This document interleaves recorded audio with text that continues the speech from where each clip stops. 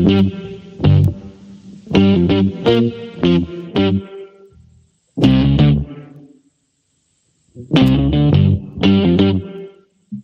talking about practice. Not a game.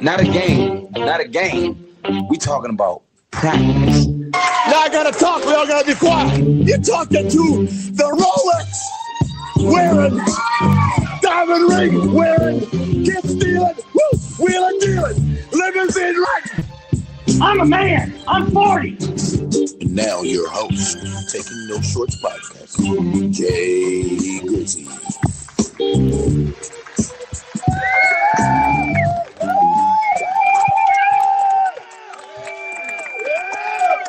Hey, this second half of podcast of Taking No Shorts. See how I did that whole Latin thing? I switched the adjective, the predicate with the verb. Oh, right. Yeah. Taking No Shorts podcast, the second half of it. I'm here with a great guest tonight, ladies and gentlemen. She's crazy funny. Her turns in her the way she delivers her turns as a comedy savant. I study like setup punches and stuff like that. Man, I'm telling you, boy, y'all better get ready. But she here at Taking No Shorts podcast. A friend of mine, hopefully she'll be a friend of you, Apple Brown Betty. Thanks again. Let me slap my mic back over. I moved it because I had to tinkle. Yeah. I don't know, but that didn't last long. For you, it should last long. Thank you so much. You're very kind. That energy is that energy. Let me go ahead and I can't even say pay some bills because I got sponsors that I'm supposed to be recording like commercials for. Oh yeah, that I ain't even record. Yeah. Let's do one right now. Who are your sponsors? My brother has a power washing business. What's your brother's business name? Tariq. Because it's on the camera. So, and then I got a cousin. Let's do one at a time. Give me some background sounds. All right, let's go. 5, 4, 3, 2, 1. Hey, you might have a dirty house. You might got that slimy green molded shit on your shit. If you got slimy green molded shit on your shit, call Tariq. Who is Tariq? The brother behind whatever's scrolling across the screen right now. Pay attention, and when something look like some power washing shit, stop it. Pause it. Pause for the cause. What's the cause? That green slimy molded shit. That's Don't have moss. your neighbors talking. It's not moss. Moss grow on the ground. Oh shit, I'm addicted. On the north side of trees. Tariq, I tried. He fucking it up. Next, who else? Who your next sponsor? I got a cousin who I met through Ancestry.com because we know who our daddy was. And he runs a martial arts school called the Shihan School of Survival. Is your daddy named Bruce Leroy? Because my daddy named Bruce Lawrenceville. And if your daddy named Bruce Leroy, we just might be cousins. Do you got my same head, the same nigga nose, gap in your teeth? Studies show that people with gaps in their teeth come across as trustworthy. And you know who you can trust? This nigga. And the Shihan School of Martial Arts. Fucking it up today. I can't stop it. Just stop it. Any more sponsors? That's it right now. Okay, that's enough. That's it for right now. Shout out to the cousins with the businesses. Oh, Amen. my God. Ain't nothing like a cousin with a business. God is so good. Yeah, man, because shit, those are the ones that don't ask you for shit. Those cousins don't ask you for shit. I got cousins that ask me for shit. You need some more air stretch to cousins. Let the record show I know all my cousins. I know all my cousins, and my cousins know me and love me. And they ain't got to ask me for nothing, because when I get on, I already got a specific dollar amount I'm blessing every cousin with, because I love them and they always have fucked with me and supported me. But they wouldn't ask for it. They wouldn't ask for it. That's what I'm talking about. They wouldn't ask for it. There are certain cousins that's gonna ask you for some shit, and there are certain cousins that ain't. Now I'm the one in the family. I definitely get asked for shit, but it's not gonna be money. You know what I'm saying? It's not gonna be money. It don't have to be money. It's just shit. Like, why does this cousin don't ask? Why does cousin over a lifetime, right? Don't never is going to say, I'm light somewhere, or can you give me a ride somewhere? Oh, you know, I'm always gonna do that because it's fam and I love them. But then there's other cousins that, why you ask me crazy shit like that? Like, why you don't ask? Well, I mean, there's something called a black text. And to be clear, none of my cousins have ever asked me for anything. That's just not the kind of family I come from. No. And I also didn't grow up in the same city with my cousins. So it's like the asking for a ride and stuff, that's not a thing. But like within my family, like my immediate family, I'm the oldest girl, so that that role is like the family manager. And my siblings don't ask, like we just don't ask each other for stuff like Super that. Like independent. we're also very close. So if somebody got something going on, we know you got it going on, and we gon' Be but there like anyway. but everybody financially pretty much stand on their own. Right. But I get asked stuff like if some beef hop off, I get the call first. You first. I get the call first. I'm wiping the Vaseline off of this bald head already Yes, because yes, she keep yes. it on deck probably. I see Betty pulled up to the podcast. Dang, I'm getting ready. You don't know. I'm I ready had to for put on my horror paint. That was I had to, because I'm be on camera. It's not. It's not horror paint. Thank you. I appreciate you for being here for Taking No Shorts podcast. This is going to go do crazy numbers. I already know. How do I raise this up? Because I feel like I'm slouching, and I work in a nursing No, home. what it does is it's the other one. This one, Yeah, it's that one. because I don't want to be a humpback. No, you won't. I mean, I'm black, so it's less likely that I will I'm be. but- naturally a humpback. We were speaking earlier on episode 2. I'm gonna come fix it, y'all. So y'all gonna see some real shit here. On No, podcast. no, no. It's not that deep. It's cool. Sure. I just be hunching over, and I feel like I look like No, I a do the sack of same thing. potatoes. I do the same thing. I want to be statuesque. the first. Bitch lost a couple pounds. I'm trying to. Hey man, round of applause for that. I'm on that Monjaro, baby. Are you? I almost slipped and did because again. I always give you specifically a lot of women that I know. I give like I grew up in a house full of women, so I picked up a lot of lady shit. Yes. And one of those things, and I grew up around a lot of gay black men. Mhm. So That's a blessing. so I know. So one of the things I slip up and do is Girl and and be the bee. And I remember I ran up I on you. think you're gay enough that I'd allow it. You're just Just you're just homo enough that I'm was- glad you told me that, because the first time it happened, I was like, what the fuck is What is wrong with this this nigga nigga? Like, but because the thing is that people do that to me, not call me bitch, like, but I have this effect on people where I can feel them like trying to meet me. You know what I'm saying? Because I'm so fly out the mouth and I say such wild shit. I feel like a lot of times when I meet That's what it people or was. talk to people, they try to meet me where I'm at. And That's it's like, what it baby, because first of all, people are surprised at how reserved I am when they meet me. And I think sometimes it throws people off. Like I had Introvert. I had a comedian DM me recently, a month or so ago. I have no concept of time, but he was like, "Hey, we good? Did I do something to you?" And I'm like, "You ain't do what the fuck you talking about? You ain't," which I respect, because if you feel a way and you speak on it, I respect that. Yeah, you you know gotta what I'm speak on saying? that. Because I don't speak on it. You'll just never fucking hear from me again. That's some lady But shit. I'm sorry. It's some Pisces shit. That's It's some lady it's some shit. 'Cause trauma a real shit. nigga gonna say something. And I respect that. And I'm like, no, we are good. But I had just run into him like a week earlier. And I think that, like, back to the car videos and that whole He thought it took a direction.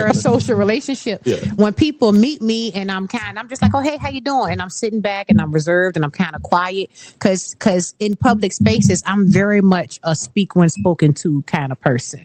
Yeah. And so I'm learning that people interpret that not wrong, but they interpret it the way it's going to be I interpreted. saw you at a spot a couple months ago, and I saw you. You did not see me, to be fair, because I was down there to recruit guests in the network, and I think you saw. I think it was Patrice's. I ain't gonna say. I'm not gonna say when you dipped, but you dipped.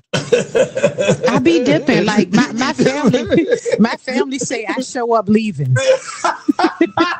I do. And honestly, I just be tired. And it's nowhere shit I'd to rather do. be than my bed at any given day or time. You know what I'm saying? Right, I get it. But I mean, that's the thing, you do want to show support and what have you. And I'm a sucker for, people post flyers all the time. People, post what they got going on. When you're a comedian, when you're an entertainer, your weekends are not free time. That's something that people got to understand. But when somebody DMs me, hey, I got a show, even outside of comedy, singles, whatever, hey, I really would love for you to come. And I know it's somebody that fuck with me and been fucking with me from jump. I'm going to go. I'm going. I'm going to go. You know what I'm saying? Because that camaraderie is priceless and it's irreplaceable. Sometimes, not sometimes, because that's a weird word. I'm gonna say most of the time. No, I'm sorry. Where were you at? And you saw me and I ain't see you. Like, did I just like? No, when you dipped, it wasn't. I think you came specifically. It might have been Patrice's set, or it was. Do you remember where this was? Oh, somewhere in Scott's edition. About 2-3 months ago. I have no concept of time, and my memory resets. It wasn't unprofessional, none of that sort. It was. She got out by this time. To the you don't know because you're still in it. You still on the Grizzly going up, right? So I'm just thinking Scott's edition. Oh, it was a game of jokes. It's not Game of Jokes. It was. I think Wingle did a comedy competition. Yes, I do. I know exactly what you're talking about. Yes, yeah. I was there to support. Yeah. And that was a thing that was like multi nights over. Yeah, you know what I'm saying? It was like 4 weeks straight. And it was a weeknight, and you know what I'm saying? Like, yeah. And I got a day job, you know. Talk about how look. All right, so here we go. We're gonna get into it later. I'm sorry. It's just so great. Betty. I'm sorry. Before we move on, if you see me somewhere, please speak to me. Please don't assume that I saw you. Yeah. And I know how this sounds like, oh, no. If you see me somewhere, you want to speak to me, please speak to me. I promise I either ain't see you or just ain't see you. You know what I'm saying? And my brain, this is back to my daughter insisting that I am on the autism spectrum. My brain. Why your daughter know that though? Like she used to go be she's the doctor already. She's everything. Yeah, she's her birthday's tomorrow. Hey man, happy birthday to you, doctor. I don't already called you. Yes. She insists I'm on the spectrum, and one of those reasons being like my life is a series of to-do lists. Like even when my kids were small. And I'd be like, yeah, they so-and-so did so-and-so. And my mom be like, oh, why didn't you tell us we would have came to support? I didn't think to invite people to come support. It was on my list of shit to do. Go to work, grocery store, right. Award show, regular bed. Yeah, you know what I'm saying? So like, please talk to me. Please come say something, say hello. DM me if you got something to say. I'm the most She's very approachable, but don't be a weirdo, all right? Even if you're weird, don't be threatening. Yeah, don't be. I'm weird, so I don't mind people being weird. Like I've even had situations where you know what I mean? Because I don't want to encourage that. Right, like, you know what I mean? Come on, my nigga. Like, Don't be weird. Thank you. Right, so, good looking. Yeah, thank you. Yeah, man. So you on this ride up the comedy game because you're talented. You got the business acumen, and the opportunity arises for you to expand, to leave town, so to speak, because there's a such thing as a local comic or an open micer. That's where I'm at, you know. But there's opportunities that come before you to say, hey, this not meant for here. You got to go somewhere else. And next thing you know, you going to the world famous Apollo. Talk about that for a little bit. Well, I want to say the way it started was, you know, I blew up. Like my career really started to take off on the DC scene. And that happened because, again, God will order your steps and lay out a plan for you. So I did one show. Then somebody that's how you get work in comedy. Somebody see you on this show, say, hey, I have a show at so and so. I'm going to book you for this. And then somebody else see you, hey, I want to put you on this. And so I did that for a couple of shows. It was Lazarus open mic. Moo Cuzzo saw me there, put me in a show at Fallout. Did the show at Fallout. Wait a minute, you did Fallout? Won't do it no more. Right. Did Fallout. Jesus Christ. I was a baby. I said it out. Nobody told me I said it now. Yeah. I was at Fallout, and at the time, Patrice DeVoe, follow her, but is she funny on Instagram? Patrice was producing the Bob Sumner Back to Basics Comedy Showcase. I had to Google Bob Sumner. That's how green I was. Bob Sumner is the legendary producer of Def Comedy Jam. So most black comedians that you heard of, that's famous, that's getting the millions now, he discovered them and put them on. Yeah. So she was producing this showcase, and I was like, hey, you know, how can I get in the showcase? And she said, well, send me a tape. I was so green, I ain't had no tape. And I said, well, I'm performing Monday at Fallout. I'll tape that. And she says, well, no, I'm in town. I'll just come check you out. So I did the show at Fallout. Patrice was there. Carlton Catalo was there. Carlton was the Carlton booker. was a booker. Shout out to Carlton. He was the booker at Sandman it's no Comedy longer Club. now. Sandman, yeah. Carlton was booker at Sandman Comedy Club. And they sat together at the table because they knew each other because Patrice was already performing at Sandman. So Patrice I'm so and sad Carlton. that place is not there. I really missed it. Yeah. It really, my I'm sorry formative that years. place did not work out. I'm sorry it didn't. Good times, man. But Patrice and Carlton saw me both at Fallout, and there was another comedian there. Her name was Christine O'Day, and she's from DC. Mhm. And she was like, "You got to meet my friend Mike. He runs Crybaby DC, which is a comedy production, It's an Irish white outfit." person. O'Day, yes, Yeah, hilarious girl, funny girl. She's touring with fucking Dave Attell right now. Wow. Okay, so she introduced me to Mike. And another thing, like your name carry weight in comedy. Yeah, Mike didn't know me, had never heard of me, but Christine said, "Hey, this girl's funny." And he had an open mic at a place called Toki Underground in DC. And I drove up there, nebulizer in the back.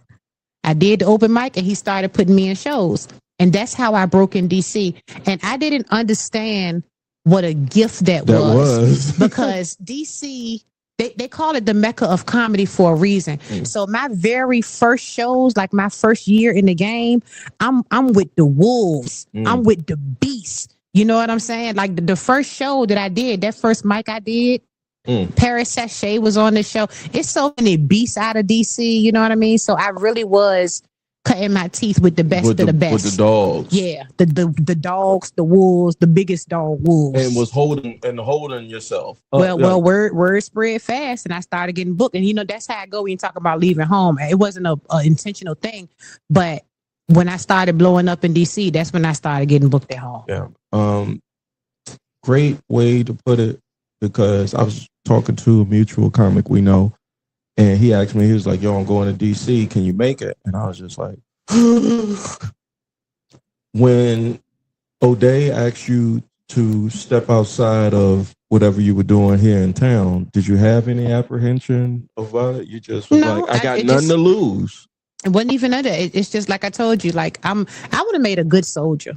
It's just like, oh, this is what we doing. This is what's next. You would have been the little white boy in War of the Worlds when Tom Cruise. I don't know if you don't do movies. I've never seen War of the Worlds. Yeah. Better don't do movies. I don't know why, but we're gonna figure it out. What movies do you do? Let's figure that out. Because for pre-show and all fair guys, she said, I'm much of a movie gal. And I'm all right. So if you're not much of a movie gal, tell Taking Those Shorts audience, what type of movie gal are you?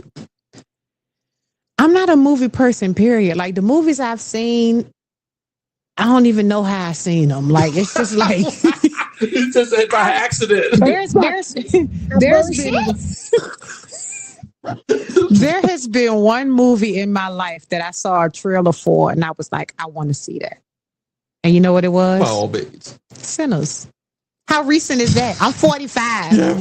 I've never been like, ooh, I want to see that. It's a great movie. It is. I don't enjoy going to the movies. Wow. I'm not trying to be judgy about it, but I'm just curious. We're learning. I don't enjoy going most places. Like I really am. This is back to my daughter again, telling me I'm on a spectrum.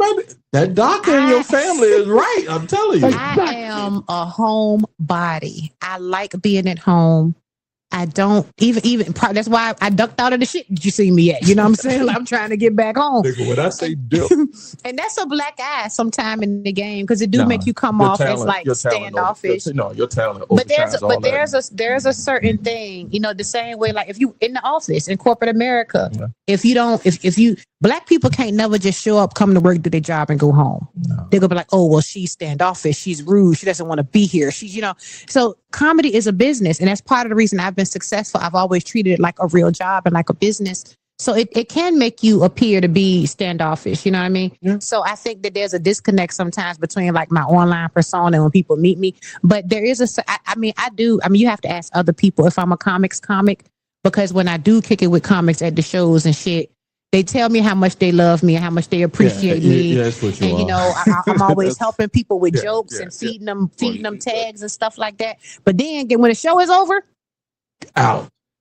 I don't do a lot of hanging out after the show because that's also when shit happened. Yeah, it do. You see the joint with Corey and Christina out in LA with out in front of the comedy store. This is the little scuttlebutt, right? Because you done LA, right? I've been blessed. So back to that earlier story, Bob Sumner saw me at the showcase. He selected 2 people from that showcase, me and my good friend, one of my best friends in comedy, Anthony Oakes. Shout out to Anthony. Either I'm gonna bring the podcast to you, or you bring the podcast to me. He come through every now and then, but yeah. So that's how I got the Apollo, and I did do a LA run. I did the Comedy Store. I've done a Comedy Store twice. I did the Hollywood Improv, and I did the Laugh Factory Chocolate Sundays. Now we're gonna have to let for my audience know, or for the scene, because other than Patrice, and it's female wise, because there's some brothers that's been out to LA, and it's okay, y'all come and talk. There's no shade to y'all, but from a black woman's perspective, it ain't too many black comics from this area that got to perform in those rooms. Well, to be fair, it's not a lot of black female comics in this area. Well, true. So when you're talking about the Richmond comedy scene, it's me and Patrice. Yeah. There are some newer comedians. And granted, I'm not on the scene here as much, so forgive me. You know, I'm not trying to show anybody. I know Erica D, black woman. Kira is out there. Kira Denise, super funny girl. She's done, some DC stuff. You know, Kira's hilarious. It's just not a lot of black women. The Richmond comedy scene is largely white. We just only named her. I mean, Betty, that's Patrice. That's 4. That's it. And I'm sure there's some that's just escaping me right now. But even like in the DC scene, for that to be such a huge market, if you talk to the producers in DC, they have to recycle the same women when it comes to black women. So the DC scene is me, Patrice, both on that scene. Liz Barlow out the 757, fucking hilarious. D-Lo, because there's a girl D-Lo and a boy D-Lo. The man D-Lo is from here. Female D-Lo is from Baltimore. Hilarious. I mentioned Paris Sachet earlier. One of my favorite comedians is Ashley Mayo. She's out the DC scene. I've seen her stuff. Yeah. Man. But it's people working, but it's not a lot of us black women. We definitely want to big up them, but you got the opportunities. That's because of my management. That's because of my representation. So this is what I'm biffed about, ladies and gentlemen. I remember I saw Patrice at a Wingle show, and I was like, "You got representation?" Because I'm trying to be professional, right? It's like, if you're going to do the podcast, I want to reach out to your representation and not directly you, because you're so busy, you ain't got time to deal with this shit. And she was just like, she hit me with the gut. She was just like, "Yo, just holler at me." Because here's the thing about that. Like, even though, like, I have representation, but again, unless you making Kevin Hart money, Ali Sadiq money, shit like this, if it's don't bother Mr. Summer for no $150 show. Please do not call that nigga for no $200 shit. You know what I'm saying? So, and maybe you wouldn't have known that. You know you owe some. And Patrice a vet, you know what I'm saying? Like, Patrice been doing this like 11 years. Something. She lived in LA, so she got like all the connections. She know everybody. And I don't know what her situation is with representation right now. But the other side of that coin may just have been like, come on, like, we here. You can talk to me. Because Patrice is so humble and down to earth. You know what I'm saying? Yeah. So the way this come about, I see a text message what do you call them? A DM, and I fucking blew right by it, and I didn't even see it because certain things I don't look at like that, you know. And then I said, "Wow, I can't believe here's the DM. I can't believe I missed this." Time goes on. I'm ready to come on the pod, but not even I'm ready. What you doing? You hit me back. What you doing? I'm like, dude, I'm not trying to suck you off, but dude. Wait a minute. Hold on. Let's put a pin in that. Because y'all remember that trans woman that used to be tricking down MCV? 2-3 different niggas at times. Like, hey, I thought that was you. Right. Apple Brown Betty does not have a penis. There's nothing to suck thee off. Hold on. I'm a man. I'm 40. Yeah, you don't get it twisted, okay? My mom was an admin at the Virginia State Health Department. Randolph, Bainbridge, 10th Street Marshall. And so I got all the stories. Yes, and much love to the dolls. Protect the dolls. Love the trans community. Love the trans community. Yeah, protect them. But no, you was just like, yeah, man. Let me know what you got, what dates you got. And I'm like, Apple Brown Bed is coming. Oh, please stop. Please stop it. Now that's something that That's internal in my head. Because you, to be fair, you was like just what you said. You was just like, boy, if you don't stop sucking my whole balls. Well, okay. So I am at a place in my life where I am working to become comfortable with, and I'm trying to choose the next word. because we're linguistic. We good with the but words. people do treat me a certain way. People do show me a certain level of respect. And I'm learning that it's counterproductive and counterintuitive, and it's blocking my own blessing to continually shun that. Yeah. You know, I've always had humility at the forefront, but there's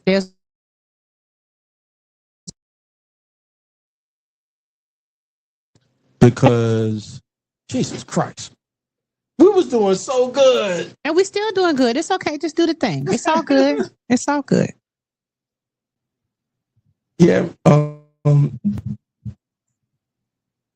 You've been in I call it a rise, and you don't see it because you're in it, and I get that, you know. I don't see it because a bitch got to go to work tomorrow. Right. So when motherfuckers say, well, that's like when motherfuckers. They be like, you doing your thing, you know? And I'm like, bitch, am I? Put one in the comments if a bitch doing her thing. Because everybody's perspective of what they see is not the same. Right. So the comedy scene is because, you know, I've just started going back out here and I've been following you since 2022. So I can see it. I understand it. I pick it up. A regular Joe Schmo, not, you know, a civilian will be like, what the dude did in Akokeek. Because you said that so well. Like, that's a hard word for me to pronounce off of Black Planet, because I went to Akokeek for some Black Planet coochie. Did you? Yeah. They got more than comedy and Akokeek. Yeah, honey, cut the Hey, it was because comedy shows be mostly women. Like when people be like, "Don't you meet men doing comedy?" Like, yeah, they be with their bitch. Yeah, well, it's a date thing. It's a date thing. It's a date thing. The humbleness we were talking about. You just coming to grips with. I don't call it humbleness because you're already humble. It's a respect thing. I think people are seeing your talent.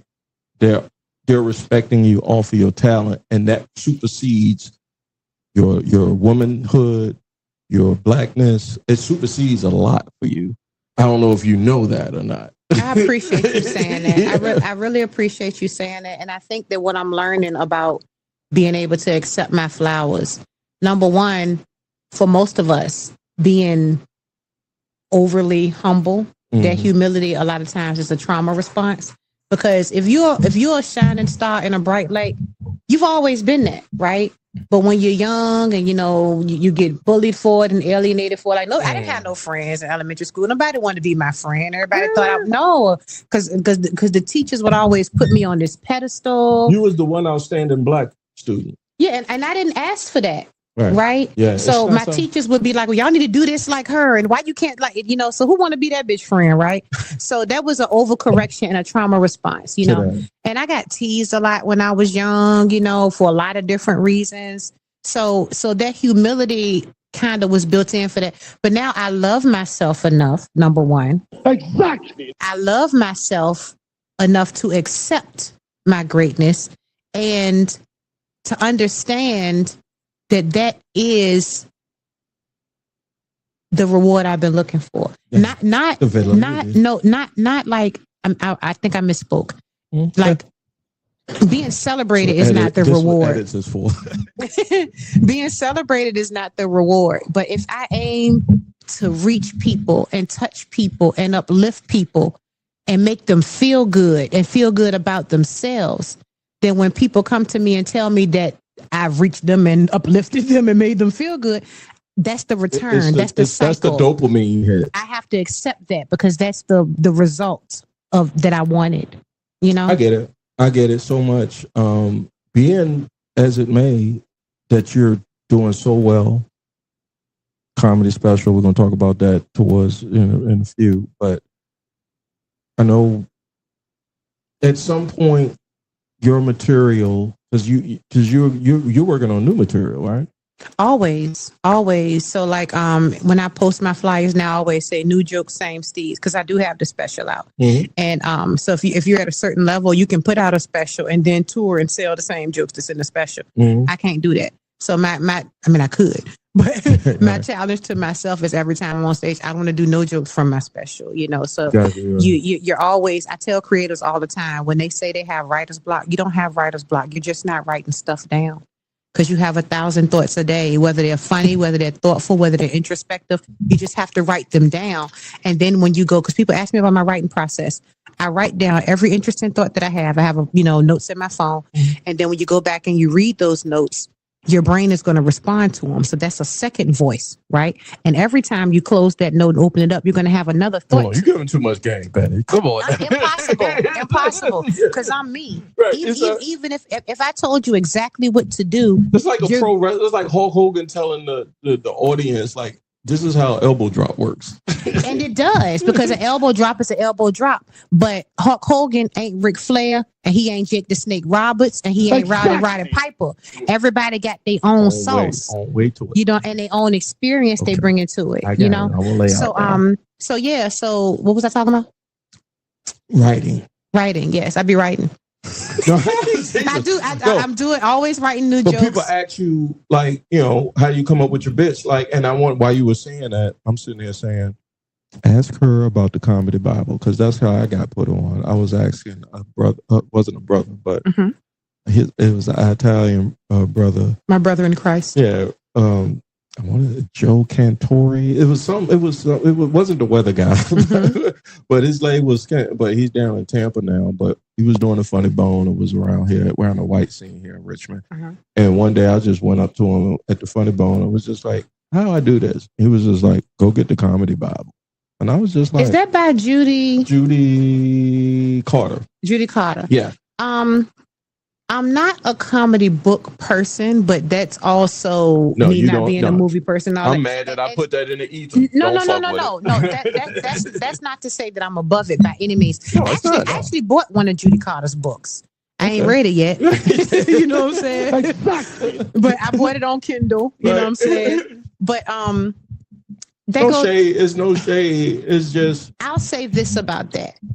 I am a natural talent.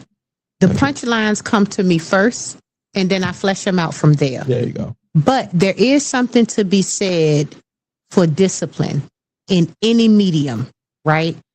So the applying discipline on top of natural talent, discipline will take you further than natural talent ever will. It's so many naturally funny motherfuckers that ain't never gonna go nowhere because they don't have the discipline to learn social media, to learn how to market themselves, to learn professional navigation, decorum, all that stuff. When you run into other comics at mics or other rooms, like you don't. So natural talent might get you in the door. It might get you noticed. You know what I'm saying? But it's that discipline. That's going to take you far every time. So I'm not a book person, and that's not to say that I'm above it. But that's just not my story. No, I get it, and because I started out doing it.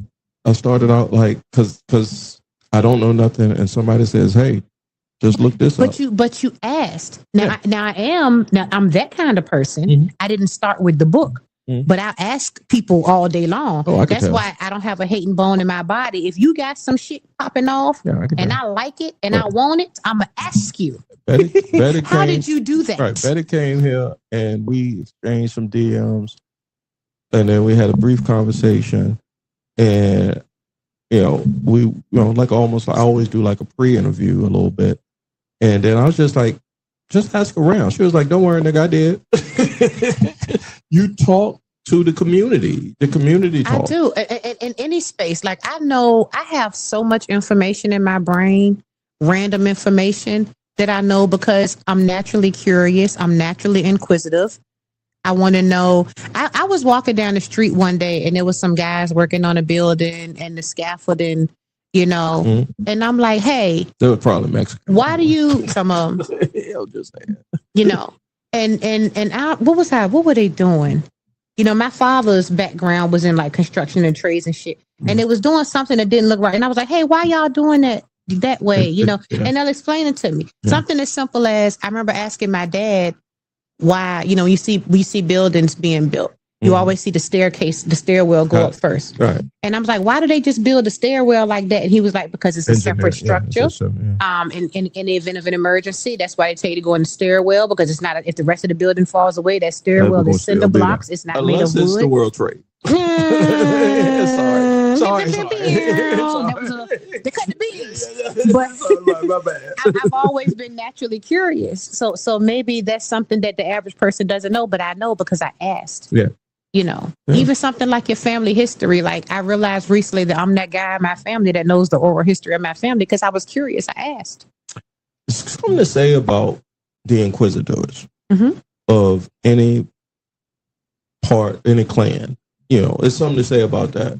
Because in order to have inquisitors, there are non-inquisitors. There's people who don't. We all got a part to play, man. It's just like in comedy or being a creative. You know, I hate to see somebody online talking shit about I can't work for nobody, and you know I got to be my own boss. Bitch, the people that you're trying to get to buy your shit go to work every day. That's why they have the income to do it. You know, so we need those people. Like when I was dying every other month and in and out the hospital and couldn't, you know, my mama who worked 50 years of her life was my lifeline. So you know, we need people who ask, and we need people who don't ask. We need people who do and people who don't do, because the bum of the family, the black sheep that never held a job, never graduated, never did nothing. When Big Mama gets sick, who at the house wiping that ass? All the time. You know what I'm saying? Slow as a bitch, but we all got a part to play. We all got a part to play in every part. That's why I believe in what is it, like universal income? I think everybody should get a check. Yeah, because some people are hardwired to work. I'm a person that's hardwired to work. Some people are going to work regardless. The Western way to look at it, you know, and that's almost on some Ayn Rand shit. Like what you produce, right? The incentive to work is out the window when that UBI comes into play. So there's a fine line. I know we going somewhere, but it's okay because I got some time. You can tell me whenever I got. But, you know, the DSA won this the other day in a lot of primaries, Democratic Socialists of America. And when you were saying earlier, George Floyd in May of 2020, I remember my oldest son called me in a passion. That's the best way I can say it. And he was just like, hey, I just want to let you know I'm going downtown to march. I said, the hell if you is. The fuck if you the hell if you for what? I can't let this go by. I was like, and this is after I watched a video online of a white boy in the fan letting that thing ring out. And when I say like, it's different when the white boy got the same thing we got. But he was in the fan letting that thing ring out like... You can't out-murder no white. I don't care. Right. And this might get me in trouble. But you know, you cannot... Like when we talk about revolution, and granted, I don't believe in passive resistance. No, I don't either. You slap me, be smart resistance. You also will be slapped, right? All right. But when it comes to the establishment and institution, America is the architect of death and destruction. And this isn't me laying down. Okay. We got guns, right? Plenty. And when you talk about like heavy artillery, the people that I know, it's the women with it, right? But under no circumstances do I think that me and my household with what we have is any match for what is for the barbarism that is inherent upon the people who lead this country.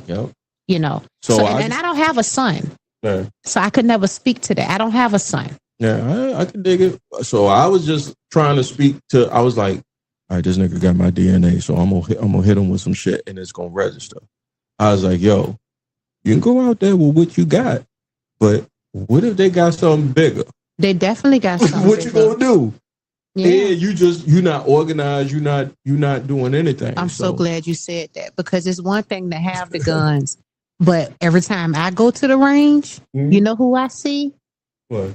I see women on dates. That's the only black man I see there. Yeah, it's I mean, because that's machismo. It's bravado, he's right? showing out. He's showing out. It's nothing tactical about it. Yeah, man. Them white boys, Tactical. it's different. Yeah. And even outside of like the range, because that's like the urban landscape of it. But you know, like my people, we talked about me and Juno having a cousin to come. You know, our family from Emporia. You know what I'm saying? So it's like it's a different culture when you come up in it. Yeah. When you come up learning how to handle a weapon, learning how to, you know, be an actual marksman. Yep.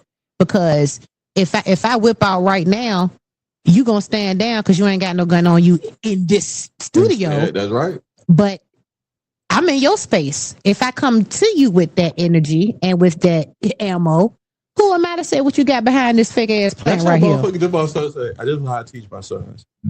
Don't never assume nobody's holding. This is Virginia. Yeah, don't never assume nobody's holding. Everybody's holding. Everybody's strapped. So Everybody's strapped. you go down to Chaco. Grandma strapped. Yeah.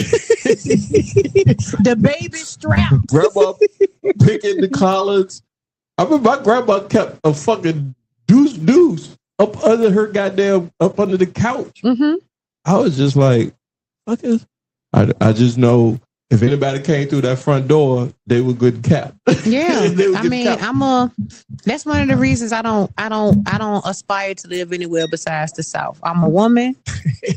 I'm a woman of a certain age. You know, I ain't trying to be rolling in the dirt fighting with, you know. And also, I'm gonna say this. You're not gonna get it. I'm sorry. Quiet on the creek. I don't even know. Quiet on the creek. I don't even know what that means. Yeah, you can get me for that. I mean, I know what the internet conversation is, but I just want to put out this PSA as a woman from Virginia who believes in the Second Amendment.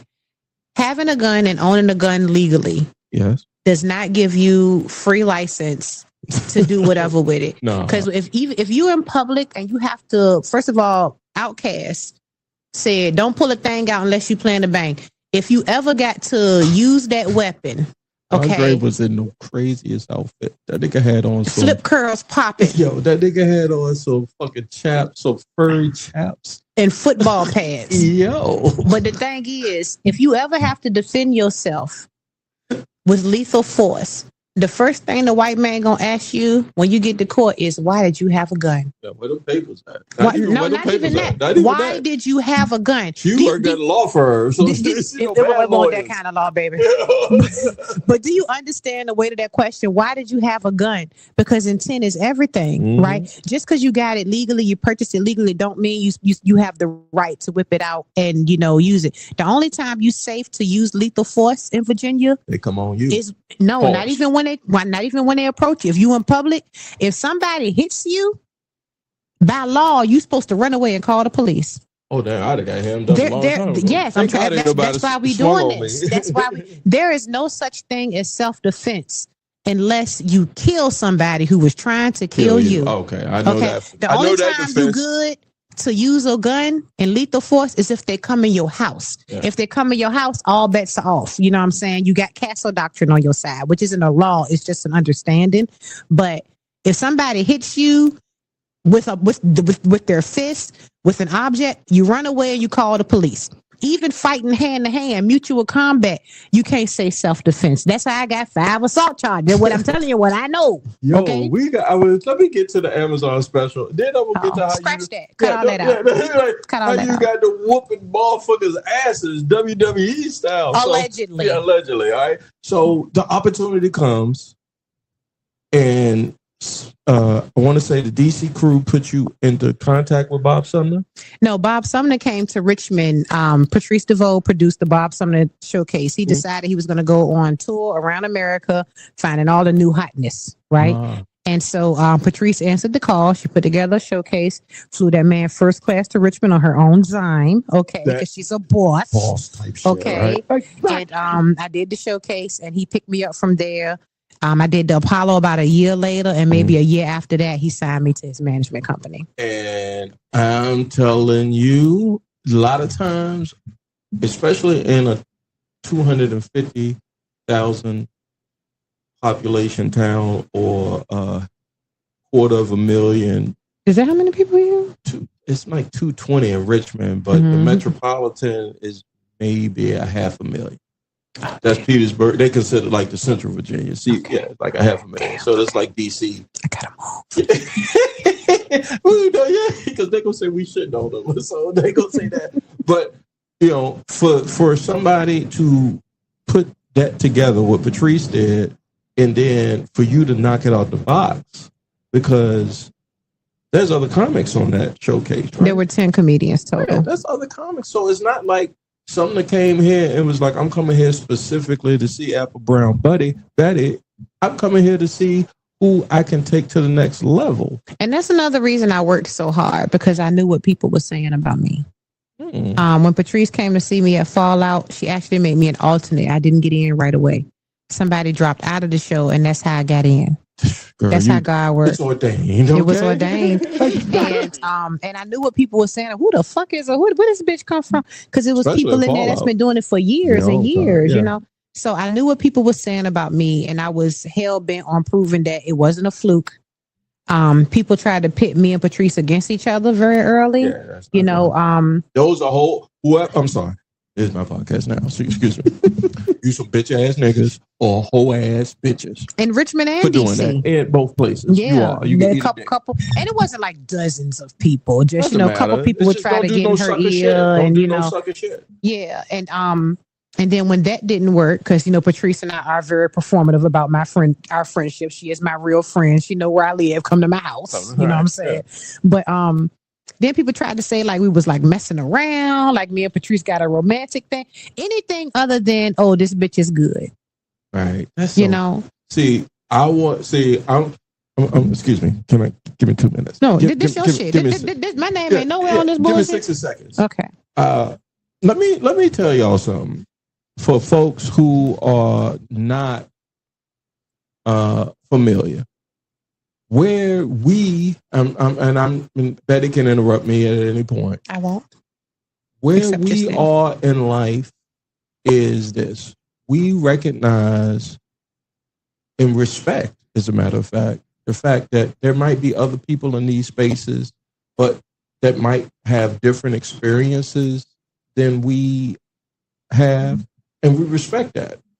But what I don't tolerate is the disrespect of people not working hard, or this age of you could say or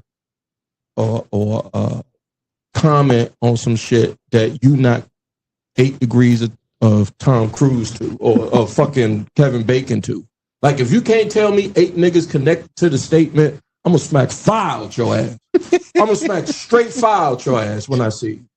So that's where I come from. But you don't think people can't be like touched, like, because it's an internet thing. You could say something on the internet, or you could comment, or you could be sneery and be anonymous, or people don't know, and you're far removed from it. But I come from an era where your word is your bond, your connections to people, your relationships to people, how you treat people, how you represent yourself, how you represent other people when they not there. Yes. And Patrice always stood on that with me. She ain't play no games. She ain't tolerate no Apple Brown Betty slander. Because when people are so small minded, they didn't realize if you talking to her shitting on me, you shitting on her too. Hey. Because she put me in that position. And if she wanted it for herself, she would have hated. She wouldn't have put me in that position, and she would have elevated herself. But she was getting her chops as a bomb ass producer, right? In that moment, exactly. So it's definitely something to be said. And that's just human nature. But like I tell anybody, like I'm not no gatekeeper. You asked me earlier how I got on and everything. Anybody can look up DC open mics and go. There you go. You just gotta because even when Mr. Sumner discovered me. it was years in the making. That was 5 years till I shot a special. In the meantime, I'm burning my motherfucking Right. So this bitch. I'm burning my car down, keeping a fresh oil change and ate tires. a You know, whole bag of donkey dicks at a mic, and my wife, I came back. I'm you sorry. and these donkey dicks. Yeah, man. I know. I'm It's just- like it's because it's some shit with my college buddies. I mean, we I used to say donkey dicks too. Okay. You know, like, but not in that. I don't even know if donkeys got big dicks. I don't know. They do. They do. Because I it wouldn't know. be a thing if they didn't. I've never seen a donkey dick, but Yeah. you don't just like pull Just a pull it random. out. Nobody says I was eating chihuahua dicks. You know what I'm saying? Like donkey dick has a certain imagery attached to it. Only motherfuckers that go to Tijuana would know. Yeah, well, No, it's starting out, back out, third time, second time life happens. But I'm so in a clear-headed space and so comfortable. My wife gets on me because she say, "Why you always like to talk like a slave?" oh man, so I was comfortable. I was comfortable on that stage. Because I know the words. I just like to say it the way I want to say it. Understood. Be down. And if I bomb saying comfortable. I mean, I think that's funny in itself because and there's so many different kinds of funny. Yeah, and who's to say what's funny and what's not? You know, it's some people. If I had $1 for every time somebody be like, well, you need to do this, you need to do that. Like, I'm gonna just be me, you know. People like, well, you need to move around. Like, bitch, it's called stand-up comedy. I stand up there. I can stand still and just say my shit and be funny. You know what I'm saying? Like, I'm animated like when I do my skits and my videos, but on stage, I pretty much just stand there. You know, The so one stay woman comfortable. show. I mean, I'm sorry. Don't be sorry. It's not even no segue, guys. That Amazon Prime special called. The point I'm making is this. Shout out to my dad. That's something he used to say all the time. I didn't even know that. I'm about to cry. You know, He's dead. You about to make me break, lady. Come on. Yeah, that's my shout out to my dad. I do a joke about my dad, my father's death, and everything. But I'm sorry, you were saying yes. No. The Amazon special. The point I'm making is this. The point I'm making is this: is there's 2 Black women that stopped me in my tracks, and my imagination, my funny, my love for comedy, and my whole Gen X lifetime, right?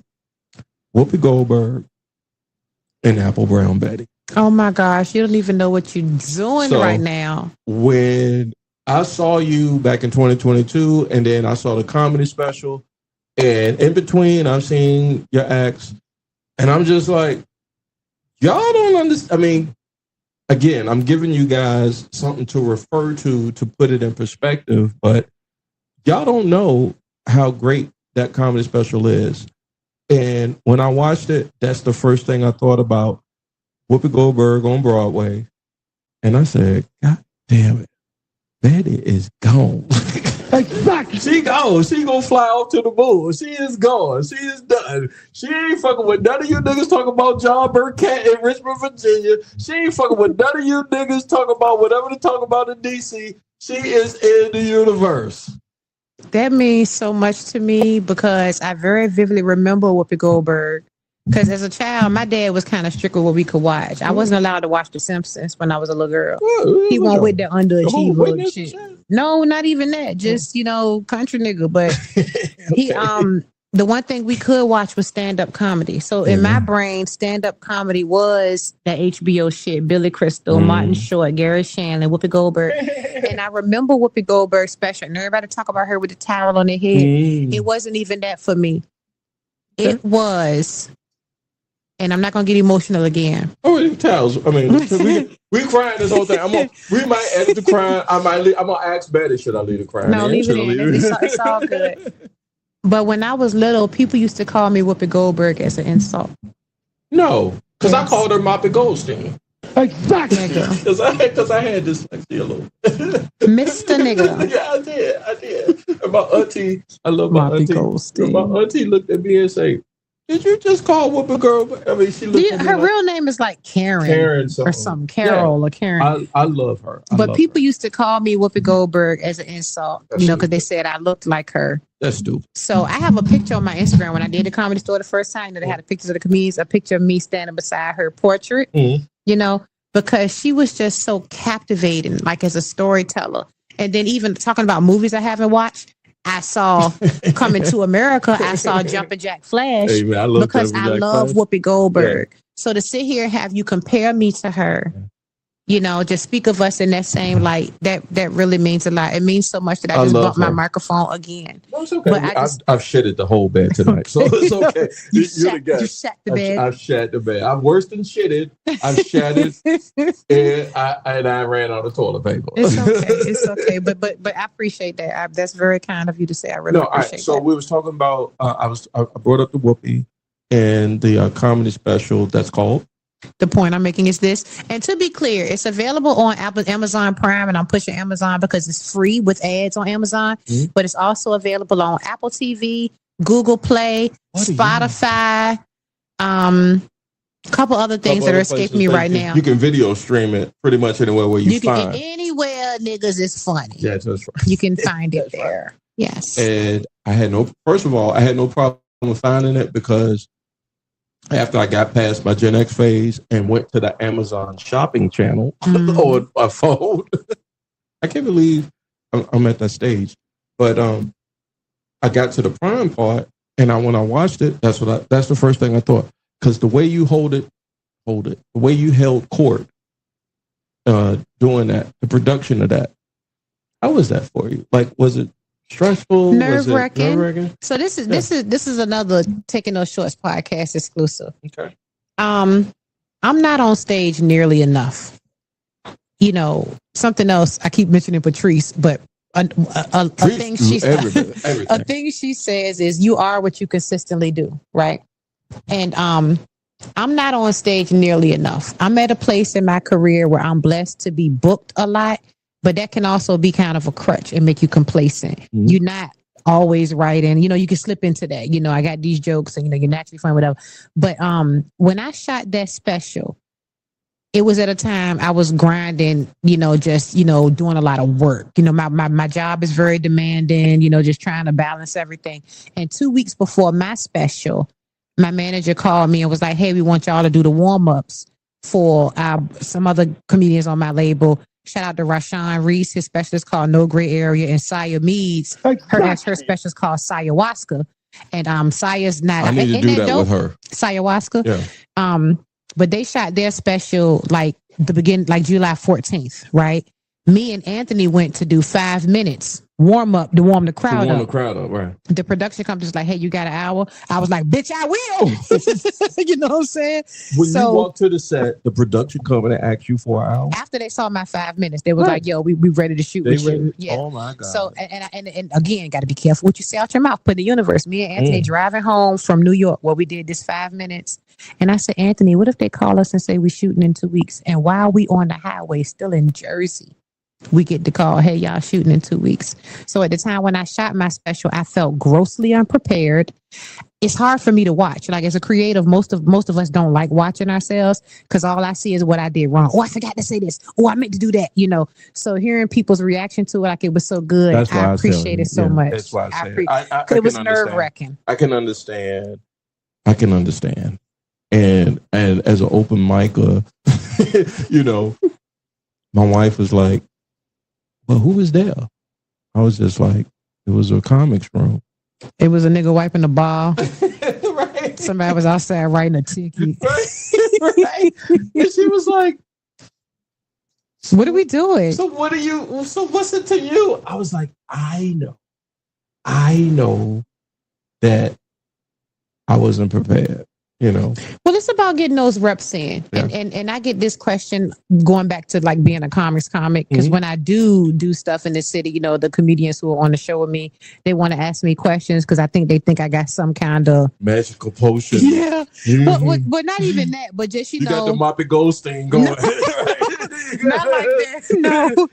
But for instance, there's a comedian who asked me. She was like, you know, I never see you at the mics. How you stay so sharp? And I was like, baby, number one, that's natural talent. You know, I ain't even gonna lie to you. Melanin. But no, stop.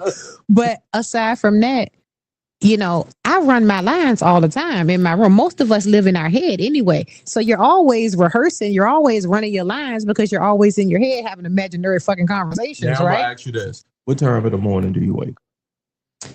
I typically wake up between 4 and 5 a.m. Right.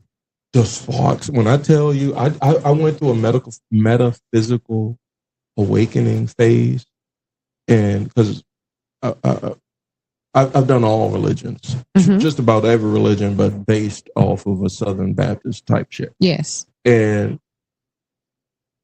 one rabbit hole I went down was some metaphysical type shit.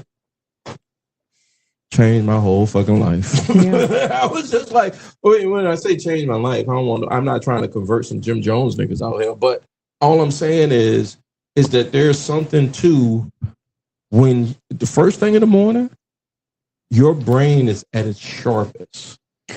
I think that's for several reasons. Like when we meet people that say they're not a morning person, they're not ready to leave where they were when they were asleep. Yeah. You know, because sometimes we sleep and sometimes we travel. You know, now you want to get into the metaphysics, baby. Girl, we could be here a whole nother hour. I know. Because I am depending on what verbiage you want to use, and this isn't something that I've been very vocal about here lately. It's one of those things like if you know, you know. I did. Because you started. I'll let people draw their own conclusions, but I'll say, for instance, like I did. I will fuck you up in the comments. You come in here with some bullshit. I can tell you that. I'll look for you. No, that's okay. He don't mean that because whatever he put out, he gonna get a little bit of that back. Oh no, Jesus, I don't want that. But what I will say, you see this jacket? So I did. Anthony has a show that he does in DC at Bus Boys and Poets, right? And it's called 7 Black Minutes. And the last time I did 7 Black Minutes, I walked in and there's another comedian who's there that I haven't seen in a while. And he walked in, he locked eyes on me. He came in, gave me a big hug. And he was like, Apple Brown Betty, my favorite witch. Now, I don't use that word witch to describe myself because witch just sounds kind of like white pagan, you know what I'm saying? But if that's what you want to call it, I've stopped shying away from it. What I am is a teacher. Amen. A healer and a keeper of the old ways. Comedy is in threes. So it's like I know for a fact that if all people, not just black people, not just women, if we all knew our power and tapped into it, it wouldn't be nothing nobody can do with us. Or say. So this is why I kind of carry myself in a certain way of, you know, being gracious and stuff. It's because I have to be. Because God said, touch not my anointed, and I'm anointed. So when people wrong me and short me and stiff me, I have to treat them with grace. Yeah, you. I have to treat them with grace. Now, what does that mean for me? You know, it's a lot of mixing up herbs to bathe in. It's a lot of working with the moon. Right now, the moon is waning, so I'm focused on things I'm getting rid of. You know what I'm saying? It's a lot of teas to drink. It's a lot of the Bible. It's a lot of Psalms. Yeah. It's a lot of candles. So whatever you want to label that, you know, I'm fine with it because that's your understanding, and you can understand on the level that you understand. I would say we here, nigga. y'all is on some other shit. I don't know. I mean, I'm paraphrasing, but it's not even a paraphrase because as conservative as I am, how I used to be, not there no more. Hoodoo brought me back to church. Yeah. Fuck your mind up. Hoodoo brought me back to church because when I was introduced to spirituality, I was introduced to the traditional, like African spirituality, you know, like the Orisha veneration and everything. And that's a beautiful thing. But something about like Ifa, it just didn't feel like it was for me. That wasn't my walk, right? Because something in me felt like, how am I venerating my distant ancestors and jumping over the ancestors that I know and remember? I remember how my grandma smelled. I know her name. She know me, right? We got, you know, me and my daddy got the same nose. How I'm jumping over there, right? So that led me to hoodoo, which is just the Southern Black folk magic tradition, right? And hoodoo is very deeply rooted in Christianity. The same way that the African spiritualist traditions is rooted in the mother African, West African traditions, right? So when I got into hoodoo, that just felt home. It felt more comfortable. It felt more aligned with who I am and what I was trying to accomplish. You can't skip. So that brought me back to getting into my Bible. And September will be 2 years ago that I got baptized. Mm-hmm. Because it's no easier way to please my ancestors than to hold fast to those traditions. And that faith system of Christianity is what they work through. So if I'm going to call on my daddy, call on my grandparents, on my aunties, they recognize. Better than took her goddamn sandals off. Hold on, goddamn it. I did. Because I got insoles in, lady. God damn it. I just got some little flippers on. Bro, I got plantar fasciitis over this bitch. My goddamn insoles you know, there's a stretch for that. Yeah, I do. I stretch it. Okay. I stretch it every day. I do. I go to, shout out to Dr. Benson. I go to Okay. Virginia Orthopedics, and he give me the stretches to do, but I'm at that stage, lady. We just keep the shoes off. So yeah, Hoodoo brought me back to church. I got baptized going on 2 years ago because that's the faith system that my dear departed worked through. So if I'm beseeching my grandparents for something, then they're not gonna respond to African drums the way they're gonna respond to gospel. Right. And to me calling on Jesus. You got to be the interpreter for them. Yeah, yes. And I know for a fact that when I went back to praying in Jesus' name, amen, and pleading the blood of Jesus, okay. There's a channel called Mississippi Vibes. If I don't know if you've ever come across some on social media that just captivates you, but I'm going to plug it. Oh yeah. It's called Mississippi Vibes on IG, and it's nothing but us, really, Big Mama and them, and a run room church like Sinners, and they performing music like a Tiny Desk type shit. But it was recorded real time at the time it happened, and the sound, the rhythm, the calling. Do you cry?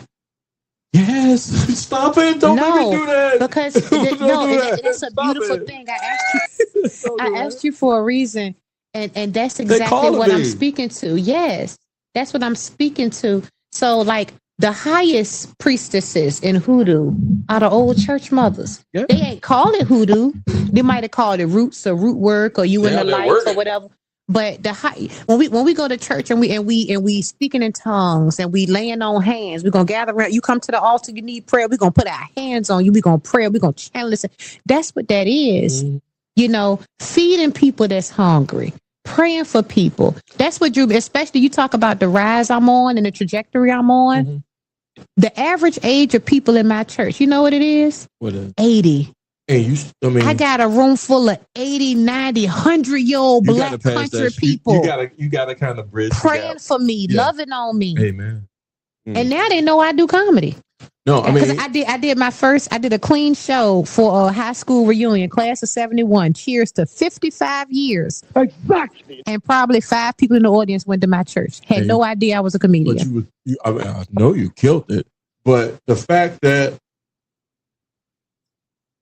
it's not even a callback, but that like reaching back to us. Yes. Because TK Kirkland has his line, has a bit of who raised you, his line. And when I ran into you, it's like I wanted to know about your dad. I wanted to know about your mom. I wanted to know about the people who made me who I am. Who created this person in the universe. Because I'm like, how did that happen? How did that happen? That's one of the most that's the kindest thing anybody's ever said to me. I appreciate that. You're welcome. But how did that happen? Because I come from a crew of motherfuckers that I don't walk. Like you said earlier, you can't walk in another person's shoes. Right. Let me get to the podcast. No, finish your thought, brother. You discovered your path you discovered your walk, and your ancestors put you in a place for you to discover your walk. And Yes, sir. I mean, when you walking in it, you walking in it with your fucking chest out, sister. And I want you to know that you got to keep doing it. I appreciate You got to keep doing that because they're going to be darts and arrows and all that shit that come toward you. But there are people that taking those shorts is recognizing this. I'm recognizing this. And there's going to be a lot of people who going to, like you said earlier, like try to poo-poo on all of that because they don't know that because you didn't go to Armstrong or Kennedy, right? Well, you didn't go to, what's the middle school out there, East End? It was East End or Mosby. Oh, Jesus. Thank God you didn't go. Nigga, they sent me to goddamn camp. Let me tell you something. I know what I said earlier. Yeah, it's okay. We're at the back end of the podcast, and we only got 3 minutes in the Patreon. I want to finish like this. Yeah. I love you niggas. Me too. I love hood bitches. Okay. Me too. And that's something that happens. Like people often try to separate me from that. You know what I'm saying? I know how I talk. I know I wear dresses all the time, you know. But those are my people. I talk about coming from like corporate America, being in white spaces. If a bitch ain't got $20 to pay that, you think I'm gonna go ask this millionaire fucking lawyer? No, I'm gonna go when our microwave broke at the law firm and nobody could heat their lunch. I went downstairs to housekeeping because they know me. They know you. You know what I'm saying? And, so I got chills when I said that. You. So all that what I said earlier aside, it won't even that they don't know who I am because they may never know. They just ain't know no better. They know no better. And that's okay. It's okay. Because you don't know what you don't know. And you had a visceral emotional response. And we got to be allowed that because I ain't always right. I ain't perfect. Hey, man. You got 10 minutes for the Patreon? I got, it's whatever. Okay. It's cool. My shoes off. Girl, you made me take on my, this goddamn fallen artist is kicking my ass. I got to stretch this shit out. Hey, guys, do me a favor. You don't got to do me a favor because you don't know me from a can of paint. Go watch her special. Please watch my special. Her special Run them is numbers up. Yeah, it's not even her. Because that's a pronoun. Apple Brown Betty is on Amazon Prime, ladies and gentlemen. And Google Play and Vimeo and Spotify and Apple TV and a couple other things. But here's the easy way. Mm-hmm. If you follow me on social media, you can follow me on Instagram at Apple Brown Betty. Follow me on Facebook at Apple Brown Betty. The link is in the bio. I don't even know what the link is to, but it's to something that's going to take you to the special. Okay? I've always wanted to say this. Can I say this right quick? Yeah. Google me. Girl, it comes up. Mm-hmm. It comes baby. up. There's a film project you got coming out as well. Go ahead and let them know when that's coming out because I saw you did a skit. I say, Betty doing skits now. God damn it. Hold on. Betty doing skits. Holy shit. And that's another thing comedians ask me about, like, you know, you so good at content. It's not that I'm good at it. You know what I'm good at? What you good at? Acting on ideas immediately. So when an idea pops in my mind, I just get going with it, right? And you don't be worried about, I'll be rambling. No, you're good. Film project. I'm working on my TV pilot. It's been written. It's been submitted for copyright to protect all my, what's the word? Protecting your proprietary intellectual property. Intellectual property. That's yes. right. Protect the intellectual property. But I'm super excited about it. I don't want to say too much about it. You'll just see it when you see it. But in the meantime, I do little funny skits and you can find those online. Here lately, this past week, I been like taking a little vacation, resting. So I've been reposting old stuff. How long do you take? No, I don't. Like, girl. I tell you what, on Sunday I set up, like, I have a Buffer account and I set up a bunch of like videos to Buffer is an app that you can use to, like, you post a video in Buffer and it goes on all the platforms. You gotta go to each platform, right? I'm thinking Buffer though, like taking a break, like it's telling you, hey, don't post shit today.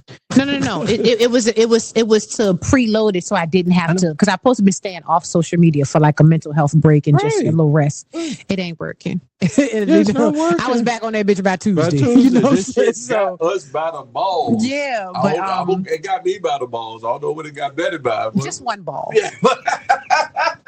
Single ball. Single ball. But yeah, man. Just check me out on social media, and I'm intentional about my social media being my social media. It's dope. when it translates to somebody like buying a ticket to come to the show. But even if you never come to the show, I just hope you get some good stuff from my social media. It's people on my social media that's nowhere near where I perform, ain't gonna be able to see me perform. But that's why you watch the special. It's free. Yeah, well, it's good. Not only is it good, it harkens back to, from a comedian standpoint, I'm sitting there saying, how did she pull this off? Oh, God bless you. You know what I'm saying? And then from a supporter standpoint, I'm like so happy. I shared it. I liked it. I watched it multiple times. Thank you so much. And it was so. It's you heard it all. So and it's like I'm not sucking your one nut. I'm not sucking no more. Okay, He keeps making illusion to the sucking of I'm not sucking it no more. mad. But if you male want to hear the rest of this genitalia. conversation, ladies and gentlemen, first of all, the Chiron is at the bottom of the screen. Make sure y'all like, share, subscribe. Get all of Press one in the comments if you want Jay Grizzly to come on out the closet. That's a big ass closet. It's made of plexiglass. Yeah, it's totally made of plexiglass. All of my niggas gonna be like, hey, yo, who the fuck? How the fuck? But I will tell you this, I like pussy. Exactly. Me too. A lot. Scratch that. My mama gonna watch this. Now my mama know I'm She good. know it. She born you. She know it. If my mama know, I like pussy a lot. I like pussy a lot. I want to say it some more. That feels overcompensatory. Yeah, I know. After a while, if you say Now it, you it's got me like, mispronouncing words. Yeah, Compensatory. go check the Patreon. The Patreon will come out shortly after Labor Day, after I get the football season over, after I get the fantasy football season over. The Patreon is going to come out. For a small nominal price, you get to hear exclusive content here at Taking No Shorts podcast. But in the meantime, you can catch this great podcast, this great stand-up comedian, this sister who is, God damn it, thank you, man. Thank you for having me. I haven't done a podcast in a really long time. I feel honored that you reached out. Well, not you, but it happened. It's okay. I reached out. I did. I totally wanted to do his podcast. Yeah, I trust the brand. I wanted He you spent money on a backdrop. You know what I'm saying? So it's a good time. I'm glad to be here, man. This I really is a do win appreciate for it. Taking No Shorts is all I want to say. And until next time, ladies and gentlemen, God damn it. Bye-bye.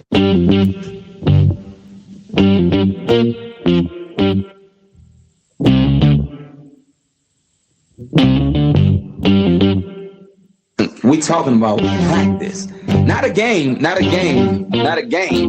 We talking about practice. Now I gotta talk. We all gotta be quiet. You're talking to the Rolex wearing, diamond ring wearing, kid stealing, wheeling dealing, limousine riding. I'm a man. I'm 40. And now your host, Taking No Shorts podcast, Jay Grizzly.